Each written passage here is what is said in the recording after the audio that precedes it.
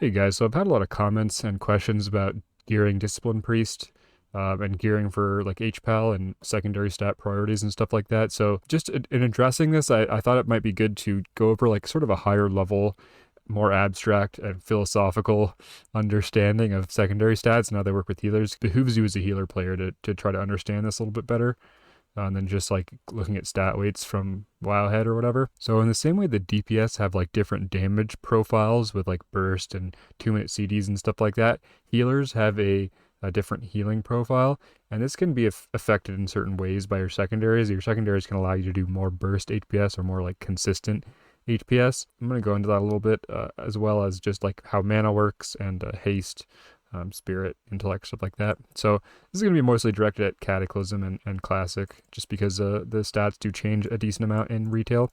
So we're going to start with intellect. Intellect is kind of insane. It's like the master stat. It does so many different things. It's just absolutely busted. It gives us mana pool and crit and regen and spell power. Primarily, it gives you spell power and mana pool, but it also does give a little bit of crit, and it gives regen. So it gives regen in different ways. So the first way is just that mana pool increases your regen from spirit. So spirit is like scaled based on your total mana pool. So the more intellect, the more your spirit does, and the more spirit, the more your intellect does. It also increases your mana from replenishment, which is just like a raid buff you should always have up, which gives you 1% mana per 10 seconds, I think. So the more mana pool you have, the more you get from replen. It also increases mana regen from percentage-based regen that most healers have. So a lot of healers have like talent or ability-based regen that's percentage. So Rapture is percentage-based. The proc from like Rejuve and Life Bloom that druids have is percentage-based. HPAL's Plea is percentage-based, and their Glyph of Lay on Hands is percentage-based as well. So a lot of healers have that percentage-based regen built into their kits, and intellect will scale that up. And it also increases regen indirectly by making your cheaper spells heal for more with spell power and crit, right? So increases your healing per cast because of how spell power and crit work, and that indirectly makes it so that you have to cast less spells to heal the same amount of damage, which saves you mana. Int is insane for like every healer. This is basically priority 1 for every healer, and there's really no exceptions to that rule at all. Although it does have diminishing returns as your mana becomes less relevant. Although, that won't happen until like very late DS gear, in my opinion. Mana just stays relevant for a long time in Cataclysm. Spirit. So Spirit is an interesting one in that all that Spirit does is just give you more mana. It does not increase your healing per mana. It doesn't increase your healing per cast. It doesn't increase your HPS or your burst HPS in like the traditional way of actually just making your spells hit harder. What it does do is it just gives you more total mana in a given fight window. Spirit loses value if the regen is more than like the maximum mana you can spend in the time that you can regen. So what that basically means is just like as long as you can conceivably spend effectively the mana you get from regen, it has value. So Spirit is only valuable if you actually play correctly and spend mana properly. So what that means is like if you end a fight with 60% mana, all of the value of that mana was totally wasted. So you want to end a fight almost or like perfectly exactly and if you can't do that, then that means that your spirit is going to be a little bit less valuable. So it's sort of skill based how valuable spirit is. So that's spirit. Crit is just a random chance to heal for more. It now affects Hot's baseline in Cataclysm, which is like kind of a huge buff. Crit is just like structurally not as good for healers as it is for DPS, just because overhealing is a thing and overkill really isn't a thing. If you crit on like a big single target heal, most of the value of the crit is just going to be overheal. And this is really partially why crit is like kind of not great in like TBC vanilla, because most of your heals are just single target heals that you just cast on a single target, and you kind of just want them to be predictable in how much they heal for. And if they randomly crit, they're usually just going to be overhealing. Because of that structural weakness of the stat, Blizzard usually adds things into like the talents and the kits to mitigate the problem of overhealing.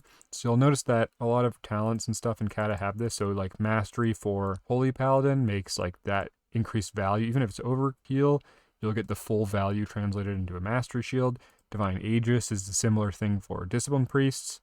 Ancestral Awakening for Resto Shamans means that if you crit, you'll get like a 30% of that crit as a smart heal. So things like that. Crit increases your healing per mana and your burst HPS, just because, obviously if you have 1% crit, it's just a little bit of extra healing on each cast on average. It's decent throughput for most healers, and again, it often interacts with talent. So things like Ancestral Awakening, Aegis Resurgence, 4 mana with Shaman, Infusion, and Living Seed, things like that. Just sort of a decent throughput stat, pretty self-explanatory. Mastery's obviously different for each spec. Although in Cataclysm, the healer masteries are like pretty simple. They're basically just percentage increases in healing with a little bit of quirky, gimmicky stuff going on with each one. For Dis specifically, the value is mostly loaded in Power Word, Shield, and POH, whereas for the other healers, it's basically just across the board. Increases your healing. So yeah, it's just an HPM and HPS increase for all the healers. Haste is like the biggest one that I think people misunderstand, especially in Classic. In retail, Haste is a lot more valuable because a lot of the hits and how the specs work is like they're more complicated, and a lot of things are actually scaled by Haste in ways that they aren't really in Classic. But in Classic, it's very, very simple. 1% Haste is you cast 1% more of a particular spell in a given time. So if in 100 seconds you can cast 50 Shadow Bolts, if you get 1% haste, you just get 1% more Shadow Bolts. So it's 50.5 Shadow Bolts in 100 seconds, and it just scales linearly that way. So there's no like diminishing returns until you get to GCD cap. It just every point of haste is 1% more. The biggest change in Cataclysm is this now affects HOTS and like channeled spells and can give them extra ticks, which dramatically increases the value of haste for classes that have a lot of spells like that can get extra ticks from haste. The most important thing here is haste does not increase your healing per mana and actually increases the amount of mana you spend in a given time, assuming you're casting the same spell. So haste is like totally mana negative in this way. Haste basically only increases your burst HPS, so it increases the total amount of mana you can spend in a given window, which means that your effective HPS in like a particular time window will get higher, but your HPS over the entire fight, as long as you assume you don't have infinite mana, your HPS doesn't actually increase with haste at all. Haste will only increase your healing per cast and healing per mana on HOTS that have that breakpoint if you get the breakpoint. Before and after the breakpoint, it does not increase your healing per cast at all. So that's why those breakpoints are like very, very important for healers. Basically, because of how it works with that like burst HPS, it's basically only good if there's a particular burst healing check, or if you have a lot of important HOTS again that have those breakpoints that are like actually achievable to reach. So and even like in Cataclysm and in Classic generally, burst healing checks are usually really not that high. And they're often better addressed by just spending more mana in the window than by having more haste. So if you think about like Cataclysm, POH, Holy Radiance, Healing Rain, Wild Growth, spam rejuve, spam circle of healing, renew, stuff like that, they're very good at translating extra mana into HPS.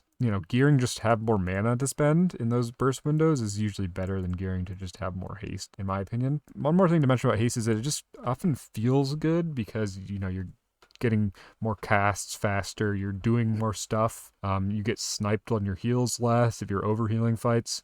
But this feeling can be kind of deceptive in that, a lot of the time it actually isn't really increasing your effective like raw HPS, and usually it just feels good because you're overhealing anyways, and overhealing is like kind of bad. So you should just drop healers and not gear for haste instead. I'm going to give an example of like a burst healing here. So biggest burst healing check I can think of in this tier is Crackle from Nefarian. So what's the burst healing check there? Well, you have to have the full raid topped up before the next Crackle. So the shorter that window gets, the more important it is to do burst HPS. But honestly, like the window really isn't that short, and you have plenty of time to heal the raid up, and you can also control totally when crackles happen just by stopping DPS on the boss a little bit. So even Crackle, like which is the most bursty healing check in the whole tier, you really don't need to gear for burst HPS to heal up Crackle. It's really not that valuable of a healing profile to have. So almost always you're just better off dropping healers and gearing for Spirit Crit Mastery over Haste, in my opinion. If you can't drop healers, Haste is decent because it allows you to cheese and snipe HPS. If you're in like a GDKP or a raid where like you just always 5 and 6 heal no matter what, and you really just want to look good on the meters or like parse a little bit higher, you should gear for Haste because it lets you put out a bunch of burst healing and steal a bunch of the healing whenever there's damage events. But if you're actually gearing to try to be like min-maxed and effective in the raid, you want to just drop healers to the point where you can barely heal all the damage, and then you want to gear to be super efficient, consistent raw HPS, and be able to spend. So that's basically the secondaries. It's mostly just sort of a spiel about how haste isn't that great, especially for healers that don't have important hots. And what do you know? What's a healer that does not have important hots? It's Discipline Priest. Alright, so now that we've talked about secondary stats, let's just go over quickly how I would gear Discipline Priest in Cataclysm. I've settled on a pretty solid strategy, I think, since I did like the basic guide video in pre-patch. What I would do for Discipline Priest is pretty simple. Eye level is like pretty much king, right?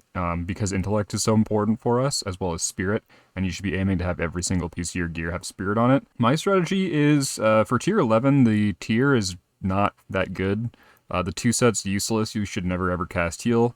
And the 4 set is like just okay. Penance is okay, not like the greatest spell ever, but you won't like have 100% uptime on this like some of the other healers with their 4 set, so it's really not that important. I have 2 sets of gear with off pieces and 1 with tier, and I just put the tier set on for longer fights. So my basic strategy is prioritize eye level pieces with spirit, and then after intellect and spirit, I go for critical strike as priority 1. If a piece does not have spirit on it and it's high eye level enough, I will just reforge haste to spirit or mastery to spirit. If a piece has spirit and a non-crit stat, I just reforge to crit. So that's basically how I gear. I gem full intellect unless the socket bonus is intellect neutral or intellect positive. So you can see in the helm, the socket bonus is 30 intellect. So I would actually lose intellect gemming full intellect here. Whereas every other piece that is intellect negative, I just gem full intellect. Especially in this early of the tier, that mana pool you get from intellect is just huge for discipline because of how Rapture works, being percentage based, and Rapture being most of your mana regen in the fight. As well as Shadow Fiend being based on your mana pool and your mana hymn being based on your mana pool, as well as increasing your mana pool by a percentage. So just every piece of intellect is insanely valuable. Enchants, I would just try to get Power Torrent on a weapon. Power Torrent is huge for discipline. Again, just a big intellect proc. Really, really awesome. I would try to get your intellect on bracers. These are the 2 like expensive enchants I would prioritize. I wouldn't care too much about 20 stats. So yeah, that's gearing. Talk about tier again. I would go for robes and cowl. These are just spirit crit pieces, so your best itemized pieces. For your other off pieces, you're going to want to get spirit crit. Greatest Sun leg wraps and Mantle of Nefarious are really good. A lot of these pieces like nobody else really wants, so they're easy to grab. The amulet off of Haste is really nice. You want to get Security Measure Alpha, and then your second ring. I haven't got a second ring. I believe the Abyss would just be from like one of the random rings from Alakir Conclave, but that's like pretty hard to get. So these boots aren't the greatest itemized, but they're just high level, so I put them on. The Valor boots are fine. For weapons, you obviously want like a spirit weapon, but just any 372 is great. Whatever you can pick up, doesn't really matter too much what the secondaries are. You mostly just want like the big intellect and the spell power. And for your offhands are kind of limited in this tier. You're probably just gonna end up getting Scepter of Ice and just, you know, being happy with it despite it not having crit. And of course your wand is just end up being the pips. Next thing I'm going to talk about a little bit is trinkets. So I actually wouldn't even put on Shard of Woe. I know a lot of people are going to be mad about that. Based on my testing, if it's in original Cataclysm, it reduced healing spells by 405 and all the other like damage spells by 205 because it was nerfed for arcane mages but not nerfed for healers. But based on all my testing, this actually just only reduces healing spells by 205. In which case the math just like does not work out on this well, and the haste on use like isn't that great in my opinion. So this is like 300 something average haste, and then about as much mana as you'd get from like a doll. So it's not worth it in my opinion to put on as discipline, especially if you're playing discipline correctly and you're spamming prayer of healing a lot.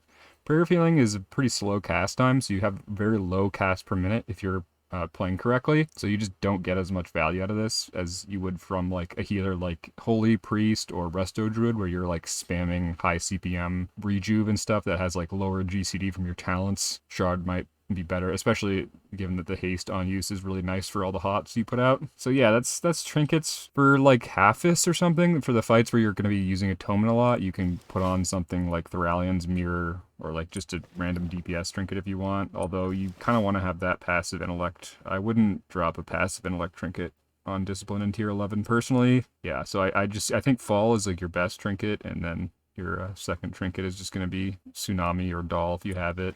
If you don't have Doll and you are just like hitting 85, I would grab a Tsunami for like 10k off the auction house and just get your alchemy up and get an alchemist stone. So last thing I'd like to mention is why crit. So you can see there a normal prayer of healing puts up a 2,500 shield, and then I'm just going to cast this until I crit, and I'll show you what happens. It's right, so you see there a crit, and the shield is 10,400. So basically, Divine Aegis like double dips on your crits for prayer of healing. If it crits, it's going to double the initial heal, and Aegis is based on that double heal, but because it always applies Aegis, the crit is going to like double apply Aegis, so you actually get 4x. So anytime your POH crits, it's going to put up like a 10k shield, like unbuffed, with just Flask on, right? So pretty insane amount of value you get from Aegis off POH on crits. And also, it just does decently scale all the rest of your healing because of how Aegis works by proccing off crits on everything else as well. So just like a super, super valuable stat. And how has this strategy worked out for me in this tier? Well, these are my parses. So I'm like rank 3 all-stars, got a bunch of rank 1s. And a lot of these like hundreds are from like week 1 and 2. So this strategy is just really, really, really nice for like low gear as well, just because of low haste is low mana usage, so you don't go home as much. As your gear scales up, it just means you get to spam POH more, and you get to pre-shield with POH more, as opposed to just only casting when it's fully effective on like 3 targets. Yeah, that's my gearing strategy for Disc. Hope it helped you out. Good luck. Work, work.